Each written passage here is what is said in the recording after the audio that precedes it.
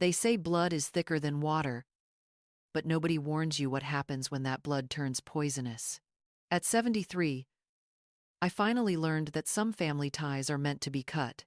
My name is Margaret, and for 45 years, I believed that being a good mother meant saying yes to everything.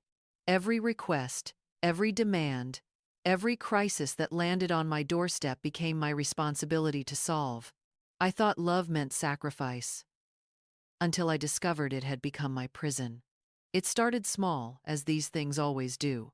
When David was 25 and fresh out of college, he moved back home to save money. Just temporarily, he promised. His girlfriend Linda would join him soon, just until they found their own place. I welcomed them with open arms, converting my sewing room into their bedroom and rearranging my entire routine around their schedules. Temporary stretched into months, then years. David worked sporadically in construction, while Linda pursued her photography career, which seemed to consist mainly of expensive equipment purchases and weekend workshops that never led to paying clients. I found myself covering their phone bills when money got tight, buying groceries for 3 instead of 1, and tiptoeing around my own house to avoid disturbing their late-morning sleep-ins. When my husband Robert passed away 8 years ago, I expected things might change. Instead, they got worse. David and Linda saw my grief as an opportunity to become even more dependent. They suggested I might be lonely rattling around the big house by myself. They worried about my safety, living alone at my age. Their concern felt loving until I realized it came with strings attached. They took over my finances under the guise of helping me manage things better. Linda had a head for numbers, David explained, and I was probably overwhelmed with all the paperwork after Robert's death. Before I fully understood what was happening, Linda was paying my bills from my account, handling my investments, and making decisions about my money that she claimed were for my own good. The monthly allowance they gave me from my own savings felt generous at first. $300 for groceries and personal expenses seemed reasonable when all my major bills were handled. But when I wanted to donate to my church's building fund or buy Christmas gifts for my grandchildren, suddenly every expense required justification. Linda would purse her lips and suggest I was being taken advantage of by the church, or that the grandchildren were spoiled enough already. I began to feel like a child asking for permission to spend my own money. When I mentioned wanting to take a small vacation to visit my sister in Arizona, Linda's response was swift and decisive. Travel was risky at my age, she said. What if I fell and broke a hip? What if I had a medical emergency away from home? The money would be better spent on home improvements that would make the house safer for me. Meanwhile, David's truck payments somehow came out of my account. Linda's photography equipment appeared as necessary household expenses. Their date nights became my responsibility because, as Linda explained, caregiving was stressful, and they needed to maintain their relationship to take proper care of me. I watched my independence shrink day by day. They installed cameras in the common areas of my house for my safety, they said. They monitored my phone calls to protect me from scammers. They accompanied me to doctor's appointments to make sure I understood what the physician was telling me. Every boundary I had once taken for granted disappeared under the weight of their supposed concern for my well-being. The breaking point came on a Tuesday morning in March. I had been feeling dizzy and called my doctor's office to schedule an appointment. The receptionist informed me that according to their records, my medical power of attorney required all appointments to be scheduled through Linda. I sat there holding the phone, staring at documents I didn't remember signing, realizing I had somehow lost the right to make my own medical decisions. That afternoon, while David and Linda were out, I drove to my lawyer's office. Harold Patterson had handled Robert's will and had known our family for decades. I sat in his office and explained my situation, watching his expression grow increasingly concerned as I detailed how much control I had surrendered. Harold was gentle but direct. The power of attorney documents were legitimate, signed by me, but under circumstances he now questioned. Linda had accompanied me to his office 18 months earlier, explaining that I was becoming forgetful and needed help managing my affairs. She had presented a compelling case, complete with examples of bills I had supposedly forgotten to pay and appointments I had missed. I barely remembered that meeting. I had been grieving Robert's death particularly hard around that time, and Linda had suggested the legal consultation as a way to give me peace of mind. I trusted her, signed what she put in front of me, and left feeling like I had been responsible and proactive about my future care. Now Harold explained exactly what I had signed away. Not just financial control, but medical decisions, housing decisions, and even the right to revoke the power of attorney without Linda's consent. I had essentially made myself legally incompetent while still being completely mentally sound. The drive home felt like traveling through fog. I had been played expertly by two people I loved and trusted. Every act of care had been calculated to increase their control and access to my resources. Every concern for my well-being had been manufactured to justify another layer of restriction on my freedom. That evening, I sat at my kitchen table and really looked at my bank statements for the first time in months. Linda had been clever about it, mixing legitimate household expenses with personal purchases in ways that would be difficult to trace. The truck payment was listed as transportation for medical appointments. Her camera equipment appeared as home security improvements. Their weekend getaways became respite care expenses necessary for my caretaker's mental health. I calculated that over the past 2 years, they had spent nearly $60,000 of my money on themselves, while giving me an allowance from my own accounts. They had turned me into a source of income while convincing me they were making sacrifices to take care of me. The next morning, I made 3 phone calls. First to Harold, asking him to research options for regaining my legal autonomy. Second to my bank, requesting copies of all account activity for the past 3 years. Third, to my sister in Arizona, asking if her offer to visit still stood. Linda noticed the bank statements when they arrived. She cornered me in my own kitchen, her voice taking on that patronizing tone I had grown to dread. She explained that reviewing these documents would only confuse and upset me, that she was protecting me from the stress of financial management, that my sudden interest in money matters was probably a sign of cognitive decline. For the first time in years, I stood my ground. I told her I was perfectly capable of understanding my own finances and that I wanted to review every expense charged to my accounts. Linda's mask slipped for just a moment, revealing a flash of genuine anger before she composed herself and reminded me how much she and David had sacrificed to take care of me. But I was done being grateful for my own imprisonment. I spent the next week documenting everything, building a clear picture of how my money had been used, and my autonomy had been stripped away.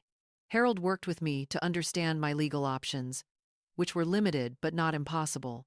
The hardest part was accepting that my own son was complicit in this manipulation. David might have been the weaker partner in the relationship, but he had watched Linda systematically control and exploit me without protest.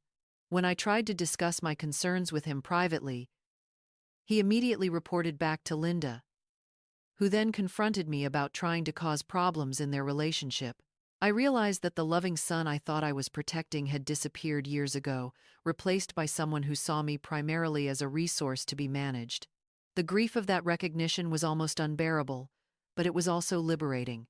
I stopped trying to preserve a relationship that existed only in my memory. My sister Martha was exactly what I needed.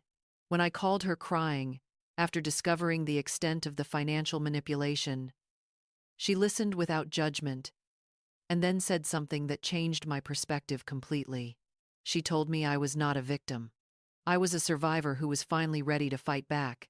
Martha flew out the following week, ostensibly for a social visit, but actually to help me document my situation and explore my options. She was appalled by the level of control David and Linda had assumed over my life. She also helped me see how skillfully they had isolated me from outside support systems, making me believe I was lucky to have their care. Together, we met with Harold to discuss legal strategies. The power of attorney could potentially be challenged, if we could demonstrate it had been obtained through manipulation or undue influence. We would need evidence that I was mentally competent when I signed the documents but was not fully informed of their implications.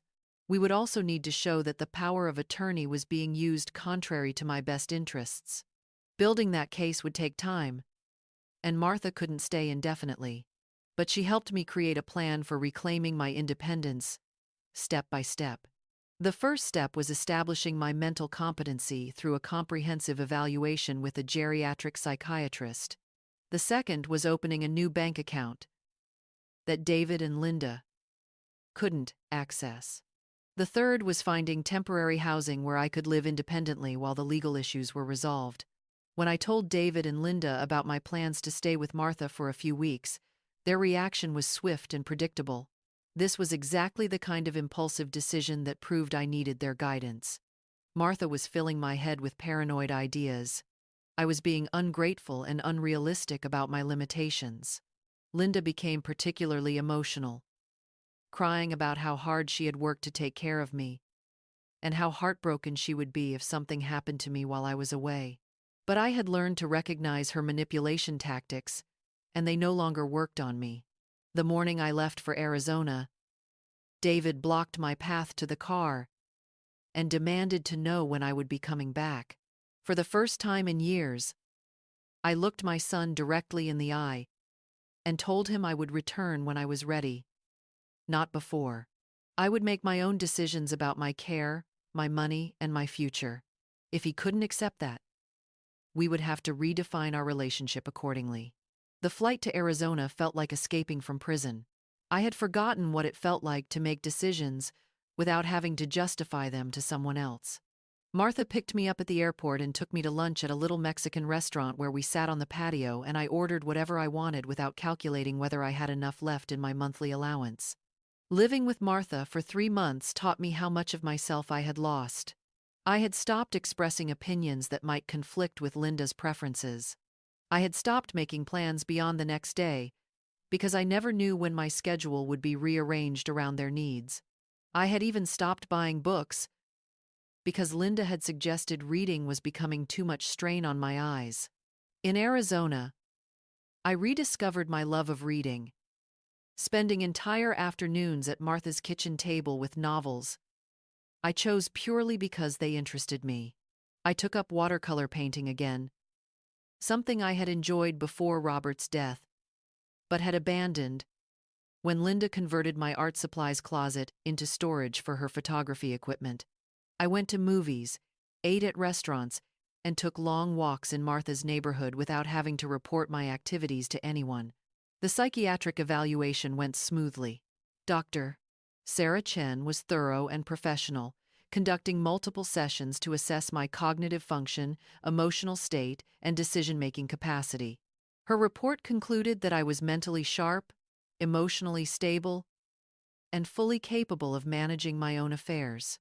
More importantly, she documented signs that I had been subjected to psychological manipulation, designed to make me doubt my own competence.